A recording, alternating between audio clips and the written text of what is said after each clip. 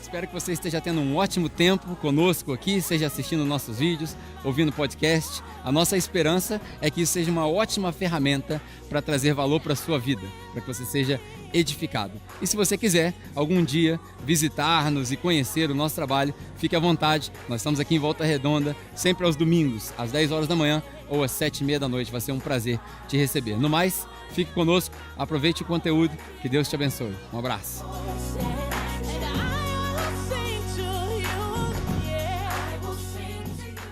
Nós estamos no meio de uma série sobre as parábolas que chama Era Uma Vez, as histórias que Jesus contou para poder ilustrar os pontos que ele queria ilustrar sobre o reino, sobre o princípio do reino, sobre o estabelecimento do reino e sobre o cumprimento do reino. No final das contas, o que vai acontecer? E a gente está no meio dessa série e hoje eu quero falar sobre uma parábola muito curta, que está em Mateus capítulo 5, do versículo 11, se eu não me engano, para frente. Mateus capítulo 5, 11, 12, 13, por ali, acho que é o 13. Mateus capítulo 5, versículo 13. Talvez seja uma pregação que você já ouviu várias vezes sobre sal e luz. Quem aqui já ouviu alguma vez uma pregação sobre sal e luz? Deixa eu contar um negócio engraçado para vocês antes da gente começar. Abre aí sua Bíblia, Mateus capítulo 5, acho que é o versículo 13. E a gente vai ler essa pequena parábola aí, embora Jesus não comece essa frase ou esse texto com uma parábola, dizendo que é uma parábola, ela faz uma ilustração. Mas essa semana eu estava pensando numa ilustração, para a gente poder fazer as pessoas entenderem, né, como que funciona aqui. Talvez de noite a primeira delas funcione. Por quê? Quando a gente fala sobre luz, eu queria pegar uma lanterna, ou então uma lanterninha do celular, né, e acender aqui, mas aqui não vai fazer a menor diferença, porque de dia tudo aberto, a minha ilustração falhou. Eu falei, poxa, não vai funcionar, ninguém vai perceber essa luz aí, porque a luz só funciona onde é escuro. E aí eu pensei, poxa, eu vou levar então sal. O que eu vou fazer? História engraçada. Graças a Deus pela minha esposa, que a minha esposa ela vive me dando orientações. Toda vez que eu estou preparando uma mensagem, ela fala assim, amor, qual história você vai contar? Qual ilustração você vai usar? Qual exemplo você vai usar? Na verdade, ela está querendo se proteger, porque ela não quer que eu fale dela.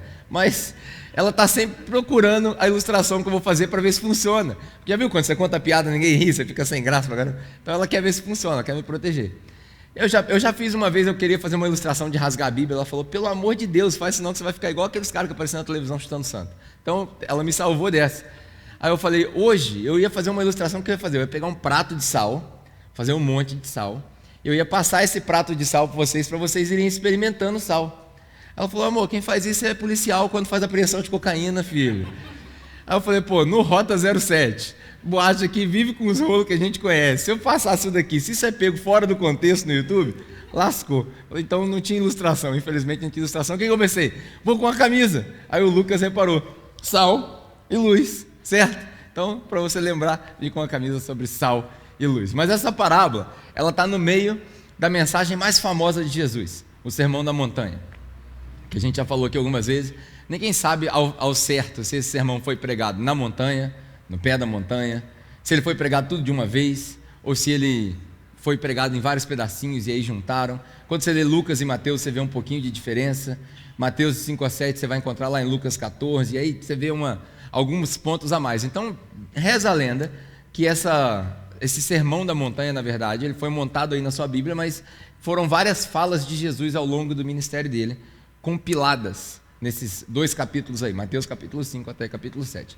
Mas se a gente fosse levar em consideração de que foi tudo de uma vez, como uma mensagem que mudou o mundo, Jesus começa o Sermão da Montanha falando sobre as bem-aventuranças. Bem-aventurados aqueles que são pacificadores, bem-aventurados os que têm sede de justiça, bem-aventurados os pobres, pois deles é o reino dos céus, bem-aventurados, bem-aventurados, bem-aventurados. E aí logo depois disso, ele fala sobre o sal e luz. Na minha concepção, lendo esses 2 capítulos, eu percebo que quando ele fala, vocês são sal e luz, é como se ele desse uma parada, falou, escuta bem o que eu vou falar para vocês. O centro dessa mensagem, o meio desse sermão da montanha que vai ficar para a história, que Jesus sabia que ia ficar para a história, os discípulos não, é isso aqui. Isso daqui é a conclusão. E aí, por que entrou logo no capítulo 5, eu não sei, podia ter entrado lá no capítulo 7, como é o caso de Lucas, que entra logo no final, quando ele fala que o sal é bom, mas se perder o sabor não vale para nada. Mas, para você entender, quando você lê o Sermão da Montanha, sempre leia ele inteiro e volte nos versículos 13 e 14 do capítulo 5. Você vai entender, faz muito mais sentido quando você conclui com aquilo ali. E aí Jesus, a parábola dele é o seguinte: depois de falar sobre o Sermão da Montanha, sobre as bem-aventuranças, existia uma cultura do povo judaico de que o sal e a luz, como a gente vai usar aqui, a luz como guia para a sociedade e o sal como o sabor da sociedade, era a Torá, a lei dos judeus. Então, na típica moda de Jesus, ele veio para contrariar os judeus, e aí ele usa uma expressão: vocês são o sal e a luz, justamente para deixar perplexos os judeus que assistiam.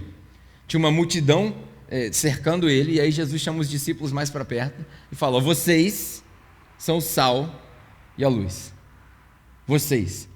Ou seja, ele está excluindo os judeus. Ele está falando com os discípulos. Aquilo ali já deveria, só aquilo ali já causou um reboliço danado. E aí ele vira para eles e fala: vocês são o sal, vocês são a luz, vocês são a candeia acesa. Como se ele estivesse dizendo que os judeus há milhares de anos entendiam que o código moral e ético do mundo estava contido na lei, e o sabor do mundo, aquilo que Deus escolheu, estava contido no povo de Israel, que a gente encontra essa história no Antigo Testamento. E aí Jesus fala: não, aqui eu vou inaugurar o ministério para os gentios, o ministério para aqueles que não pertencem a esse ministério. Aqui eu vou começar uma igreja para quem não gosta de igreja. Basicamente foi o que Jesus quis dizer, porque ele vira para os discípulos e fala: vocês, os rejeitados, os que não passaram nas escolas dos rabinos, o cobrador de impostos, o que vai me trair, vocês são o sal da terra e a luz do mundo e a candeia acesa. Aquilo ali provavelmente foi dito para contrariar os judeus. E o texto diz basicamente o seguinte: se você abrir sua Bíblia aí, Mateus capítulo 5, a gente não precisa ler ao todo, mas ele fala: vocês são o sal da terra. Se o sal perdeu o seu sabor, para que serve se não ser jogado no chão e pisado pelos homens? Vocês são a luz do mundo. Não se pode esconder uma cidade construída na montanha. E vocês são a candeia, que é acesa, e ninguém acende uma candeia e esconde debaixo de um balde, debaixo de um pote, debaixo de uma mesa, mas coloca no lugar apropriado para que ilumine toda a casa. E aí Jesus conclui dizendo: assim também brilha a vossa luz perante os homens, para que eles vejam e assim glorifiquem ao seu Pai que está nos céus. Fantástica essa passagem. E aí hoje o meu desafio hoje eu vou fazer um negócio que a gente normalmente não faz. Ao invés de passar de versículo por versículo, nós vamos tentar passar por palavras, de palavra em palavra. Você vai ver quanta significância tem nesses dois versículos. Nunca mais você vai ouvir a expressão sal e luz da mesma maneira. Nunca mais. Essa mensagem é uma mensagem que fala muito ao cristão, porque a semelhança de Jesus falando com os discípulos, hoje, como a gente falou na semana passada, se Jesus viesse visitar a nossa igreja, ele provavelmente apontaria para vocês, para nós. Então essa é uma mensagem que fala muito com o cristão, fala muito com aquele que resolveu seguir Jesus, e é meio que uma chamada de atenção: ou é isso, ou não vale mais, não serve para nada. Beleza? Estão preparados? Licença para ficar de mal durante 20 minutos, depois a gente vira amigo de novo. Show? Ele começa dizendo o seguinte: vocês são o sal da terra. Vocês. É interessante que Jesus, como eu citei, ele fala para os discípulos, ele não fala para a multidão.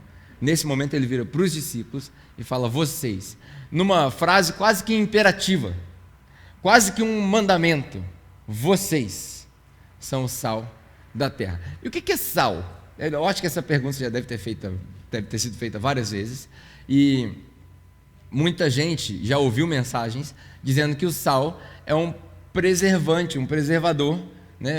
Como é que fala isso? Conservante. Conservante. Preservador é outra coisa, né? Não, eu ia falar outra besteira, né? Olha eu, com os biscoitos. Todo mundo entendeu, preservativo, né? É que protege, né? Todo mundo entendeu. Enfim, eu e minhas trocas de linguagem. Conservante. O sal é um conservante universal. Provavelmente você já ouviu isso, e que o nosso serviço no reino de Deus, enquanto cristãos, enquanto aqueles que escolheram seguir Jesus, é preservar o mundo. Por quê? Porque nós vivemos num mundo caído. O que significa caído? Significa morto. É um mundo em decomposição. Por isso que a palavra diz em alguns lugares que o mundo jaz no maligno. O que é jaz? Ele morreu no maligno. O mundo é mau por natureza, porque nós nascemos mal. O mundo é mau por natureza porque nós nascemos pecadores. Você não é pecador porque você peca. Nós somos pecadores, nós pecamos porque nós somos pecadores de natureza. Acontece com todo mundo. A única diferença entre o cristão e o não cristão é que o cristão é um pecador arrependido. É a única diferença, mas ele continua sendo um pecador arrependido. Chamado de santo, arrependido. Chamado de purificado, com uma perspectiva de que no fim dos tempos nós vamos receber um corpo de glória, mas pecador arrependido. Então, quando Jesus vira e fala, vocês são o sal, não só ele está dizendo, vocês são o sal da terra, porque vocês preservam a terra, porque vocês preservam a ética e a moral da terra, mas ele está dizendo, vocês são o sabor da terra. E aí, nessa última semana, eu comi pelo menos umas 3 vezes, eu comi churrasco, nessa última semana. Glória a Deus, aleluia. Eu sabia que ia ter um que lá atrás que tá podendo, mas é que lá em casa a esposa é complicada, ela não cozinha, então eu fui preguiçoso, fui lá, comprei um pedaço de carne e botei na panela, entendeu? É isso que aconteceu. Toda vez que o Dan vem no Brasil, a expressão que ele mais aprendeu a falar é churrascaria, glória a Deus. É a única coisa que ele fala. Então ele chega nas igrejas, como se ele fala paz do Senhor, ele fala churrasco, glória a Deus. E as pessoas, todo mundo ri, enfim. Não funciona para quem já fala português, né? Mas eu comi pelo menos umas 3 vezes carne. Na primeira vez que eu fiz carne, que para quem gosta de churrasco, carne na panela é diferente da carne na grelha, né? E aí eu botei a carne na panela, cara, e o sal não pegou. Botei ali, o sal não pegou, e aí botei de volta. Aí já não pegou mais nada, eu taquei pimenta, estraguei uma carne. Ó, vocês estão rindo, vocês comeram pimenta ontem, né? Os jovens ontem fizeram o desafio do mais brabo. Se você nunca participou de nada com os jovens, você precisa se encontrar com os jovens que estão agora na onda do desafio do mais brabo. Dizem que comeram 6 gotas de pimenta lá, eu quero ver vocês morder pimenta da próxima vez. Mas enfim, eu botei pimenta na carne, daí estraguei a carne. Eu falei, pô, o único sabor da carne está no sal.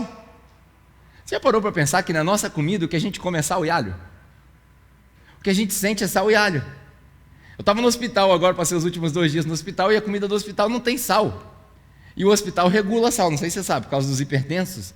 Então ele só dá um sachêzinho de sal. Cara, que comidazinha sem graça. E ainda falaram que o almoço lá era filé mignon nada, aquilo lá era no máximo um patinho partido em pedaços. Não é nada de filé mignon. Mas não tinha sal, cara. E aí eu não sei se você já reparou isso, mas o que a gente sente de sabor é o sal. Olha o que Jesus está falando para a gente. Jesus fala, do mesmo jeito que ele falou para os discípulos, ele fala para nós hoje, você é o sabor do mundo. O mundo só tem graça se você estiver nele. Sem você no mundo não tem graça. E aí a gente está numa moda agora de palestras motivacionais e tal. O meu objetivo aqui não é servir de palestra motivacional, mas você precisa entender que no ambiente onde Deus escolheu você morar, porque se você pensar, Atos capítulo 17, Lucas mostra para a gente um negócio interessante, que Deus, de antemão, antes do tempo, predeterminou os lugares que você viveria, as pessoas que você falaria. Então, se Deus te colocou ali, é porque aquele ambiente não tem graça se você não estiver ali. Aquele ambiente não funciona se você não estiver ali. Aquele ambiente não tem louvor nenhum se você não estiver ali. De maneira nenhuma eu estou querendo colocar você num patamar melhor do que os outros. Como eu disse, nós somos todos pecadores. A diferença é que nós somos pecadores arrependidos. Os outros ainda não entenderam que o perdão está disponível para eles. E o nosso objetivo é mostrar isso para eles. O nosso objetivo é botar um pouquinho de sal. É botar um pouquinho de sabor. É mostrar para as pessoas, eu tenho dito durante as últimas semanas, é mostrar para as pessoas que a melhor coisa que você pode fazer com a sua vida é ser crente. Eu adotei a expressão crente.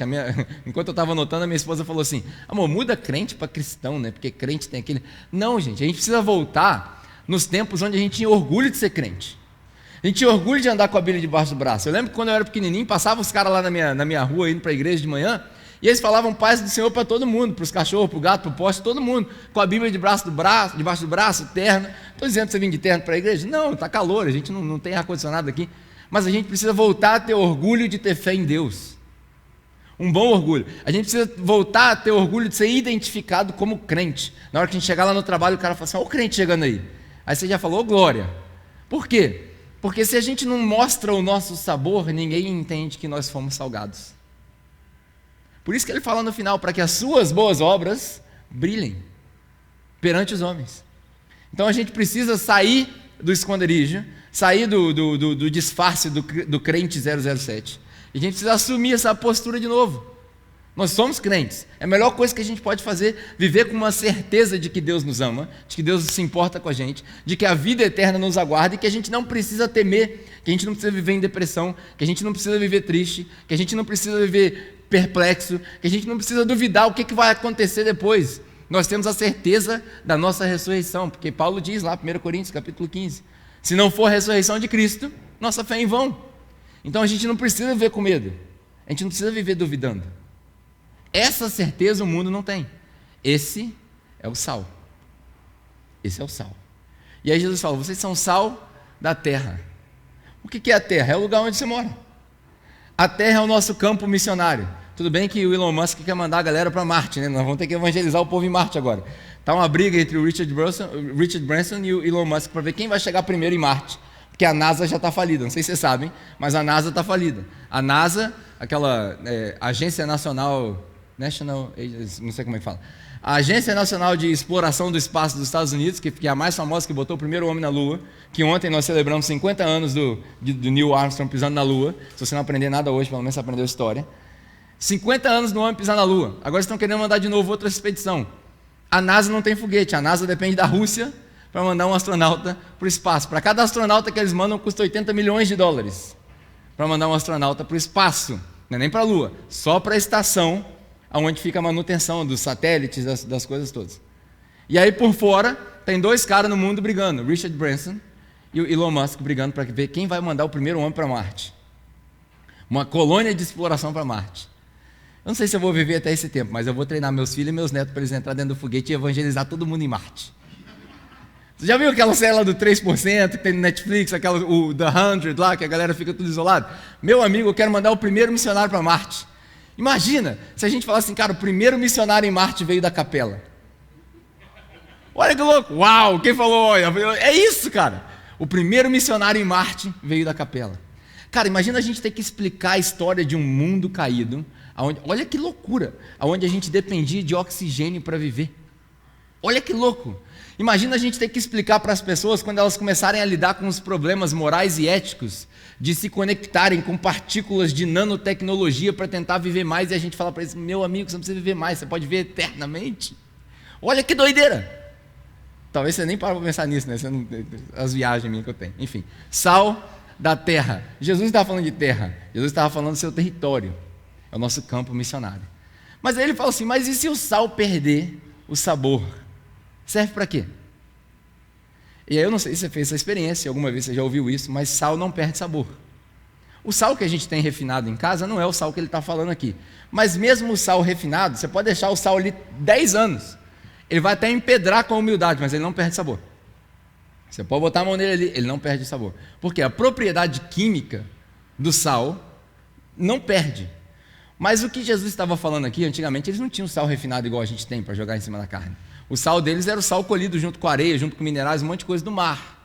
Muito provavelmente ele estava falando aqui do sal do Mar Morto. Aquele sal era impuro. E aí, se você tiver curiosidade durante essa semana, você pode colocar lá no YouTube lá e colocar lá assim, sal sem sal. Coloca lá, sal sem sal. Ou sal do Mar Morto, põe a referência bíblica. Você vai ver o que acontece. Porque aquele sal ele tinha que ser peneirado, ele tinha que ser filtrado, né? E aí, se ele ficasse exposto num processo onde essa separação não foi bem feita, exposto ao sol, à umidade, essas outras substâncias, elas camuflavam o sabor do sal. E aí ele, entre aspas, perdia o sabor. Só que uma vez que ele perdia o sabor, não tem como pôr de volta. Não tem como pôr de volta. E aí Jesus faz essa pergunta, porque todo mundo sabia. Se o sal, porque para eles era normal, muito sal era desperdiçado. Se o sal perdeu o sabor, o que você faz com ele? Nada. Se você ler em Lucas capítulo 14, quando você fizer a comparação dos dois textos, você vai ver que Lucas, ele dá um exemplo muito pior. Ele fala, se o sal perdeu o sabor, ele não serve nem como esterco. Até esterco é melhor do que o sal sem sabor. Por quê? Porque pelo menos o esterco fertiliza. Não tem como pôr de volta o sabor no sal. Ele vira uma bola branca, e aí Jesus fala que ele só serve para ser jogado e pisado pelos homens. Por quê?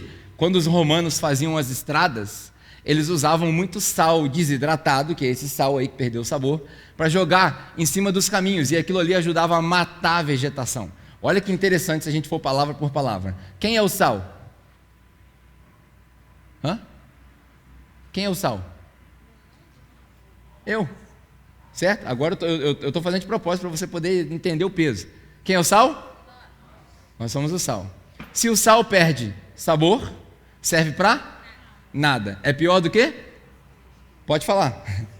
Pior do que esterco. Beleza. Se o cristão perde o sabor, ele serve para nada. É pior do que? Se Deus estivesse olhando aqui de cima, e se você não está sendo um cristão que consegue demonstrar sua fé em Deus, é como se Deus estivesse olhando assim: ô filho, eu tenho uma pilha de bosta, sai de cima dela, porque você está atrapalhando.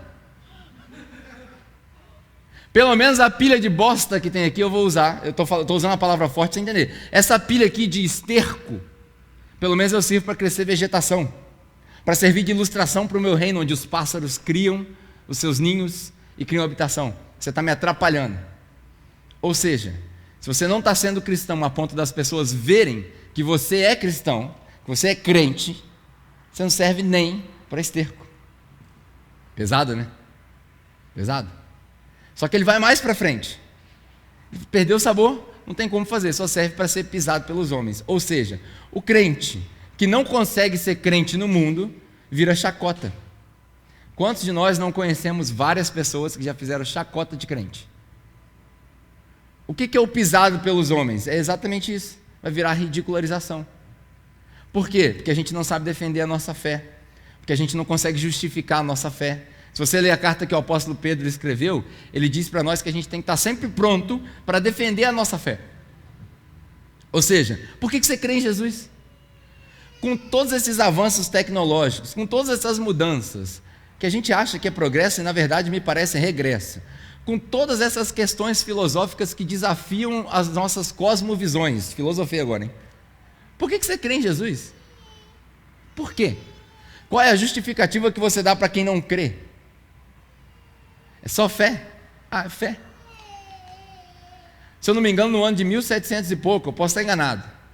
Se não for 1700 e pouco, é recente. Mas eu não sou bom de história. Depois vocês podem perguntar para a Regilane que ela manja. No ano de 1700 e pouco, um cara chamado Tomás de Aquino escreveu um livro chamado A Suma Teológica. A Suma Teológica é um livro deste tamanho, dá 3 Bíblias. É a tentativa de explicar a fé cristã para quem não crê em Jesus. Essa obra mudou a maneira com a qual nós praticamos aquilo que a gente chama de apologética, que é como explicar a nossa fé. Foi por causa dessa obra que a gente passou a simplificar o Evangelho. Foi a partir desse momento, a Reforma Protestante, 1600 e pouco, a Reforma Protestante com Calvino, com Lutero, essa reforma, o principal objetivo dela era botar a Bíblia na mão de todo mundo. Um dos principais motivos era botar a Bíblia na mão de todo mundo. Por quê? Porque Lutero acreditava que se você ler, você entende pelo menos o básico. Ele dizia que pelo menos a mensagem básica do Evangelho todo mundo consegue entender. Tem uma criança de 5 anos de idade. Nós somos pecadores, precisamos de perdão, Deus mandou o perdão. É a mensagem do Evangelho. Simples. Então, com o objetivo da reforma de colocar a Bíblia na mão de todo mundo, e aí todo mundo aqui conhece a história, muito provavelmente, que você já tenha ouvido contar que queimaram gente por causa de Bíblia, que queimaram Bíblia, que William Tyndale foi lá e imprimiu a primeira, e aí depois veio a imprensa de Gutenberg. Essa história eu não tenho tempo para contar, você pode procurar depois, mas deu muito trabalho. Então, quando Tomás de Aquino escreveu a Suma Teológica, um dos principais objetivos era conseguir ultrapassar a barreira da igreja, porque a Bíblia só servia para a igreja. Então, para ultrapassar a barreira da igreja, ele tentou escrever uma obra que explicasse a fé cristã de maneira racional para quem não era cristão. Isso é ser sal na terra. E aí Jesus continua o discurso e diz: vocês são a luz do mundo. Se o sal é o nosso conservante, ele preserva a nossa validade. O prazo de validade do mundo é preservado por causa do sal, que somos nós. Se o sal é a validade, a luz é a dignidade. É o valor que você tem. É a moral e ética que você pratica. Se o sal é a validade, a luz é a dignidade. Quando Jesus vira e fala: vocês são a luz do mundo. A luz do lugar onde vocês estão. Vocês são a direção moral e ética. É vocês que determinam o que é certo e o que é errado. Não é à toa que quando Jesus fala com Pedro a respeito da sua confissão, ele fala: eu vou te dar a chave. Quem conhece esse texto? Vou te dar a chave. E aquilo que você ligar, será ligado no céu. Na verdade, esse texto está escrito ao contrário, porque traduziram para fazer sentido em português, mas na verdade o que ele quer dizer é o seguinte: eu vou te dar a chave, e quando você entender que você tem a chave, tudo aquilo que já está ligado no céu, você só vira aqui. É o contrário o texto. Mas faz sentido quando você entende pela ótica, pela lente da moral e ética. Você e eu somos aqueles que determinamos o que é tolerável na nossa sociedade. O crente é quem determina o que é tolerável na sociedade. Desde antes de Jesus, as sociedades já tinham um parâmetro de moral e ética. Todas as sociedades que a gente conhece, todas elas tinham uma divindade, tinham um Deus. A gente fez uma série aqui chamada Quem Precisa de Deus, há muito tempo atrás, onde a gente explorou isso. Todas elas tinham um Deus, e esse Deus era o que determinava o padrão moral e ético da sociedade. Muitas delas, obviamente, viviam assim por medo, mas quando Jesus chegou, ele apresentou um Deus de amor, um Deus de paz, um Deus de reconciliação, um ministério de reconciliação para nós. E aí você começa a entender, esse padrão de moral e ética vem de Jesus. Somos nós que determinamos. Qual que é o problema de hoje? Nós estamos tão bitolados, nós estamos tão atrasados na nossa mente, por alguma razão a gente parou no tempo, no que se trata de moral e ética, e a gente está escandalizando o mundo. Eu lembro que quando Paulo escreve para os Coríntios, ele fala, cara, no meio de vocês tem gente praticando coisa que nem os ímpios praticam. A gente faz a mesma coisa hoje.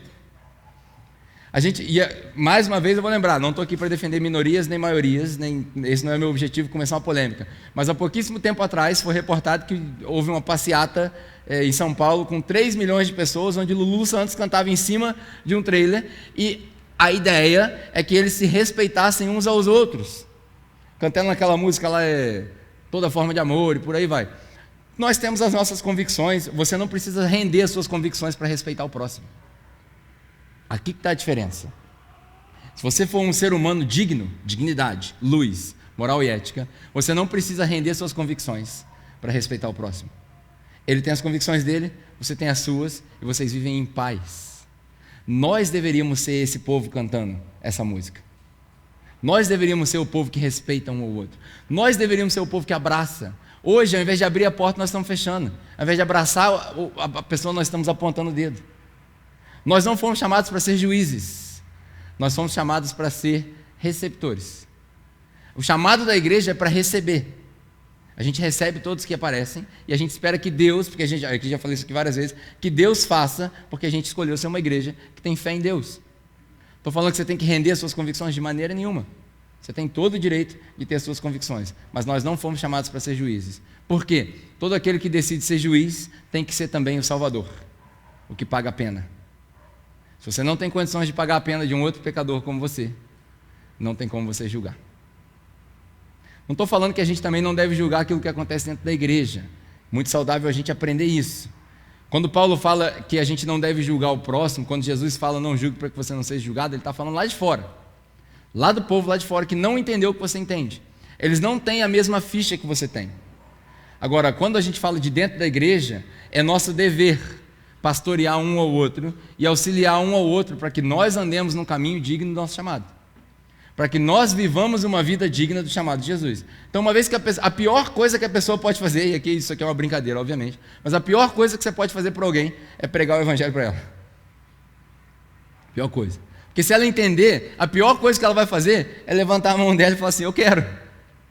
Eu lembro que quando o Bernardo era recém-convertido, ele me falou uma frase que nunca mais saiu da minha cabeça. Ele falou, pô, Jesus estragou com a minha vida, para não usar a palavra que ele usou, né? Jesus estragou com a minha vida. Posso fazer mais nada, pô. Não posso fazer isso, posso fazer aquilo, posso fazer aquilo. E aí, naquele momento, como ele era novo na fé, eu falei, realmente, Jesus estragou com a sua vida, você vai querer mesmo? Na minha cabeça, obviamente que hoje a gente tem mais maturidade, e hoje a gente já falou aqui várias vezes, não é que você não pode, é porque você recebeu uma conversão que não veio de você. Então as coisas mudam naturalmente. Você passa a querer ser santo, embora a gente nunca consiga ser santo por total, mas você passa a querer. Mas naquele momento, me veio na cabeça logo Lucas 14, o peso do discipulado e a responsabilidade do discipulado. Aí eu falei para ele, realmente, Jesus acabou com a sua vida, para ver se ele ficava. E está aí, ajudando os jovens e tal. Então a gente precisa entender que nós somos o sal e nós somos a luz, o padrão moral e ético do mundo. E aí a luz só funciona nas trevas. Só que antes dele falar da candeia, que também representa a luz, olha o paralelo: sal, luz, terra, mundo. Sal e luz servem para a mesma coisa.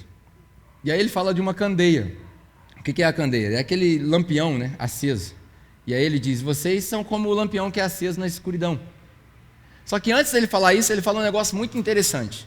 Parece que é um discurso desconjuntado. Entre o sal e a candeia, ele fala logo que você é a luz, e aí ele fala assim: não tem como esconder uma cidade construída no monte. O que isso tem a ver uma coisa com a outra? Qual a relação que tem a cidade no monte com a luz? Não faz sentido nenhum, cara. Aí você pode até pensar: mas legal, tem aqui a cidade no... Se você olhasse, vivesse numa cidade montanhosa, quando eles acendem um monte de casas em cima da montanha, não tem como ver. De repente você já ouviu uma pregação falando que as cidades antigas eram pequenas, cercadas por uma muralha, e quem estava de fora via logo o centro da cidade no topo da montanha, que era muito difícil para os inimigos entrarem. Tudo isso é fantástico, é uma analogia fantástica, faz sentido. Mas eu particularmente não acho que Jesus queria dizer nada disso. Porque Jesus não andou tanto assim para ele conhecer, como humano obviamente, para ele conhecer o mundo inteiro. E a expectativa é que os discípulos dele também não tivessem o conhecimento que ele tinha. Então, eu não acredito que ele quis dizer isso. Eu acredito que o que Jesus estava dizendo, ele estava fazendo uma pausa estratégica. E como ele estava falando com os discípulos, ele estava falando que vocês são a cidade que vai mostrar a luz e o sal. E o interessante é você notar de palavra por palavra ali que cidade, no grego, ele usa uma palavra chamada polis, que é da onde a gente tira várias expressões, inclusive o plural.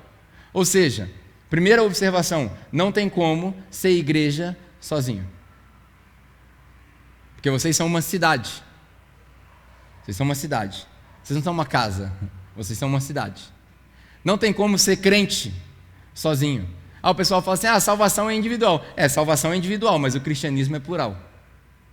Não tem como, você pode ter sua experiência no meio da selva, num sonho fantástico. Salvação é individual. Mas o cristianismo é no plural. Se você quiser viver o reino de Deus na terra, pelo menos aquilo que a gente conseguir viver, tem que ser em comunidade. Não tem como fazer sozinho. Por quê? Porque o principal mandamento, o mandamento no qual se baseia toda a lei, todos os profetas, a única coisa que Jesus fez questão de reforçar é amar o próximo. Sozinho não tem como amar o próximo. Então vocês são uma cidade, uma polis, construída. Note que não é uma cidade que já está lá, é uma cidade que é construída ao longo do tempo. E aí, se você lembrar da passagem quando Pedro confessa Jesus como o Messias, que Jesus vira e fala assim: Pedro, o que o povo diz aí de mim? Fala que você é profeta, fala que você é isso, que é aquilo. E aí Pedro, abusado, pula no meio e fala: você é o Cristo, Filho do Deus vivo. E aí Jesus fala para ele: você é um cara esperto. Bem-aventurado és tu, Simão Pedro, porque não foram homens que te contaram isso, mas foi o próprio Deus que te revelou. E aí, em cima dessa revelação, dessa rocha, é um trocadilho que ele faz: eu vou construir a minha igreja. Quem constrói a igreja? Jesus. Nós não temos participação nenhuma em construir a igreja. Nós temos participação em ser igreja. A gente não constrói nada. Não tem estratégia que você faça, que eu faço, nada. A gente só é igreja. Como que é igreja? Eu falei que semana passada, estende para o próximo aquilo que você recebeu. Tudo que você recebeu, você dá para o próximo. Tudo. Seu tempo, sua vida, seus talentos, seu dinheiro, tudo. Você estende para o próximo. Quando você estende para o próximo, você agrada a Deus, você é a igreja. E é uma cidade construída no monte. E aí essa semana eu estava terminando o nosso plano de leitura cronológica, não sei se você fez junto com a igreja, mas eu estava terminando, a gente estava em Apocalipse. E aí cheguei em Apocalipse capítulo 14, quando João tem uma visão com 144 mil pessoas, que é um número ilustrativo. Nós não vamos defender a doutrina aqui de 144, mas é um número ilustrativo de uma multidão, porque logo depois ele fala uma multidão incontável. E eles glorificavam a Deus e cantavam, e ele via a Nova Jerusalém descendo adornada como que num monte. A expressão do monte é uma expressão de força, né? Aquele que confia no Senhor é como um monte de Sião que não se abala e permanece para sempre. A igreja de Cristo é a única coisa que não se abala. Abala a economia, abala casamento, abala a sociedade, mas a igreja não se abala. A gente não treme, a igreja não para, a igreja está em constante movimento. No momento que a igreja para, já morreu. Mas a igreja não para, porque a igreja não morre, porque a igreja é construída por Jesus no monte. E aí, eu gostaria muito de ler Apocalipse do capítulo 19 até o 21, mas a gente vai demorar demais para ler, mas eu quero te encorajar. Leia em casa, no capítulo 19 até o 21. Aí se você quiser terminar o 22, você termina e já marca a caixinha do cronológico. Mas é quando João tem uma visão de novo da Nova Jerusalém, com as ruas de ouro, com os portões de pérola, 12 portões, e cada portão com uma pérola, e o nome dos apóstolos e das tribos. E ele vê a cidade que não precisa mais de sol, porque a glória de Deus ilumina a cidade. Cidade, polis, a cidade que você é, construída no monte. E João vê lá no futuro, que a gente ainda não chegou, ele vê essa cidade, ele vê eu e você construídos no monte, porque a gente não se abala. João vê eu e você com as vestes lavadas no sangue do Cordeiro, aleluia. Eu arrepio, cara, eu leio, não tem como você ler Apocalipse do capítulo 19 até o capítulo 21 sem chorar, não tem como. As pessoas têm medo de ler Apocalipse, cara, devia ser o primeiro livro que a gente lê da Bíblia. Porque é o livro de mais esperança. Quando a gente olha para aquilo, você fala, cara, a cidade está me esperando, as ruas de ouro, o rio que corre do templo, que sai de dentro do templo, que gera vida, as árvores que você pega o fruto e ninguém mais fica doente, não tem mais choro, não tem mais aflição, não tem mais nada disso, o mundo aqui já se passou, nós estamos num novo mundo, uma nova Jerusalém, uma nova cidade construída sobre um monte inabalável. João viu essa cidade.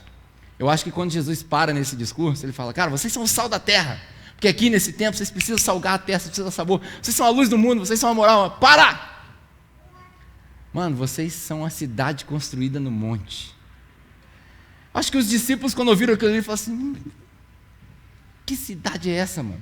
Deve ter demorado uns 200 anos para quando eles conseguiram ler, as pessoas que vieram depois dos discípulos conseguiram ler as cartas de João. E aí, se você estudar a história da igreja, você vai ver Flávio e José, você vai ver Eusébio, você vai ver Irineu, você vai ver Origem, não sei como é que fala o nome dele em português, mas você vai ver esses caras escrevendo, e o principal relato deles é de quem? De João, cara. A carta que João escreveu para Apocalipse, para as igrejas lá de Filadélfia, de Éfeso, a carta que João, que a gente chama de Apocalipse, que significa revelação, foi o material principal para esses caras. Hoje a gente fala muito de Paulo, meu amigo, vamos falar de João, vamos falar da Nova Jerusalém. Quando a gente vive aqui na terra com a perspectiva da Nova Jerusalém, aí nós somos sal, aí nós somos luz, aí não tem problema de ser crente. O problema é que a gente está vivendo aqui na terra com a perspectiva da velha Jerusalém, que tinha portão de madeira, cortina de pano, sacerdote que era homem, sacrifício que morria. A igreja adotou a Jerusalém velha. Nós precisamos da Jerusalém nova, amém? Nós somos uma cidade construída no monte. E aí ele termina dizendo, você é a candeia. Ninguém esconde uma candeia acesa, ninguém esconde, ninguém faz isso. Aqui em Volta Redonda isso acontece direto, é só ventar que acaba a luz na sua casa, certo ou não? Na minha casa é assim, São Cristóvão, meu amigo, ventou, acaba a luz. Ameaçou, a minha filha já aprendeu, aquilo ali que está no céu ali já é nuvem preta já. No São Cristóvão aquilo ali já é nuvem preta, tempestade, furacão. Aí ela já começa a se esconder. E as trevas, para as crianças pequenas, elas geram medo. Escuridão gera medo. Não é à toa que escuridão e trevas são sinônimos na Bíblia. Acaba a luz lá em casa, o que a gente faz? Antigamente a gente acendia vela, né? Hoje a gente liga a lanterna no celular. Mas é interessante que acabou a luz, é só ligar a lanterna no celular, iluminou. Ficou escuro. A Bianca faz como? Estou com medo. Ligou o celular, está tranquilo.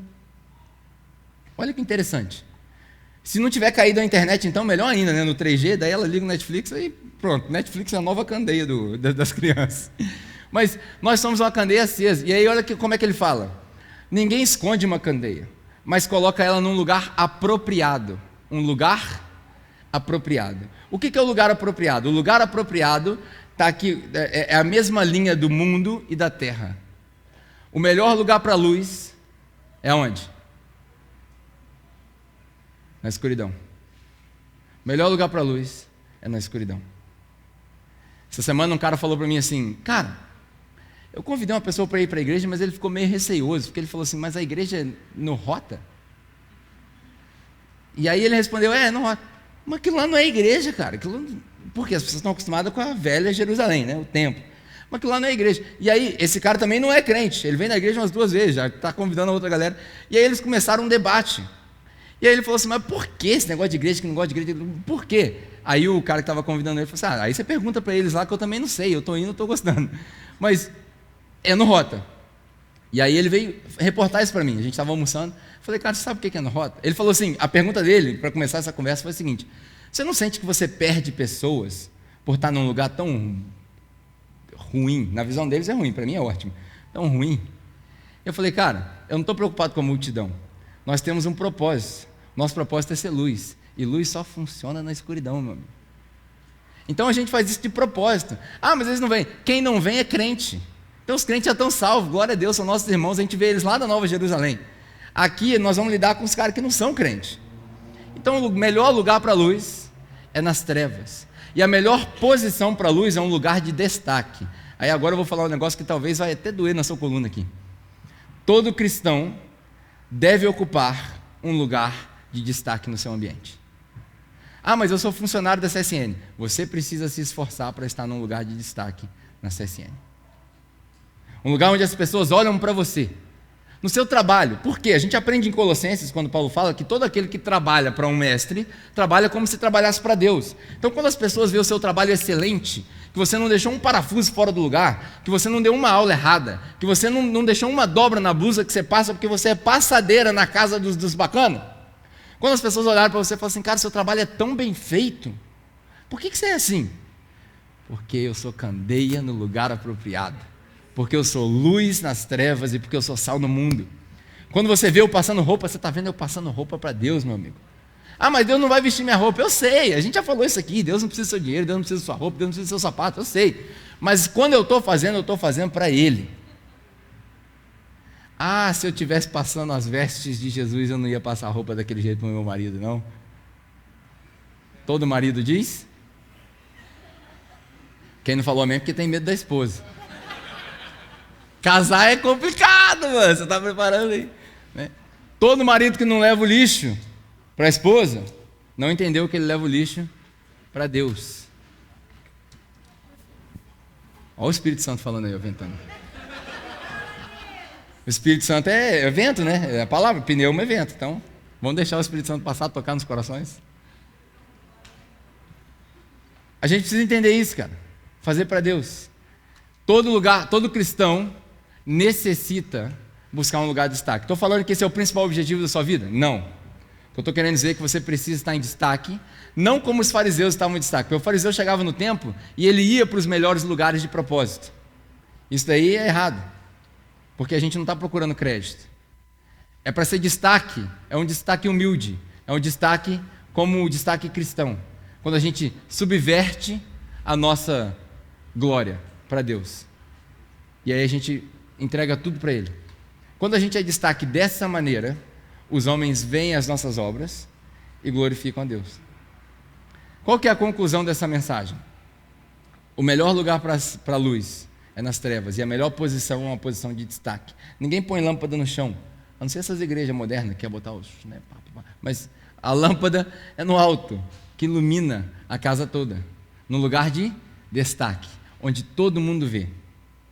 Minha pergunta para você é o seguinte: as pessoas estão te vendo ou você está escondido? As pessoas estão vendo as suas boas obras ou elas estão vendo só a sua reclamação? As pessoas estão vendo a sua cristandade ou elas estão vendo só a sua carne?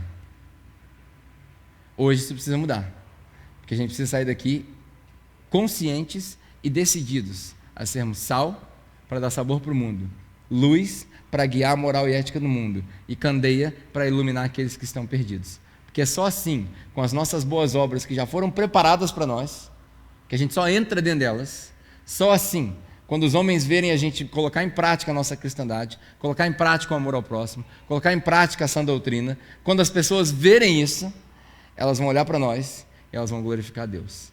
E quando ela glorificar a Deus, mesmo sem noção, sem saber o que está fazendo, quando ela glorificar a Deus, ela vai te fazer uma pergunta e você entra com a resposta. Porque o mundo está cheio de questionamento. Para todos esses questionamentos, a resposta é uma só: Jesus Cristo. Mais nada. Para todos os questionamentos que o mundo tem hoje, a resposta é Jesus. Para a gente fechar, eu vi uma reportagem hoje, dizendo que num lugar dos Estados Unidos eles estão treinando os professores a utilizar armas de fogo.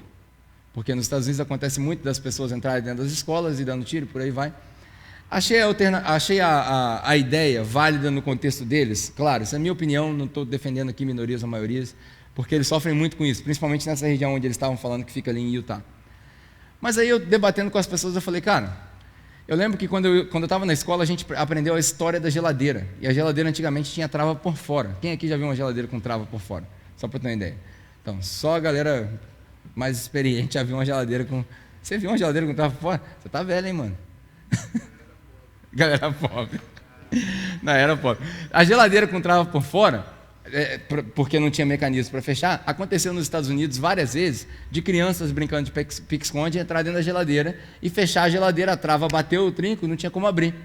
Morreram congeladas, hipotermia. E aí o que eles fizeram? Eles criaram um programa nas escolas para ensinar as crianças a arrombar a fechadura da geladeira por dentro.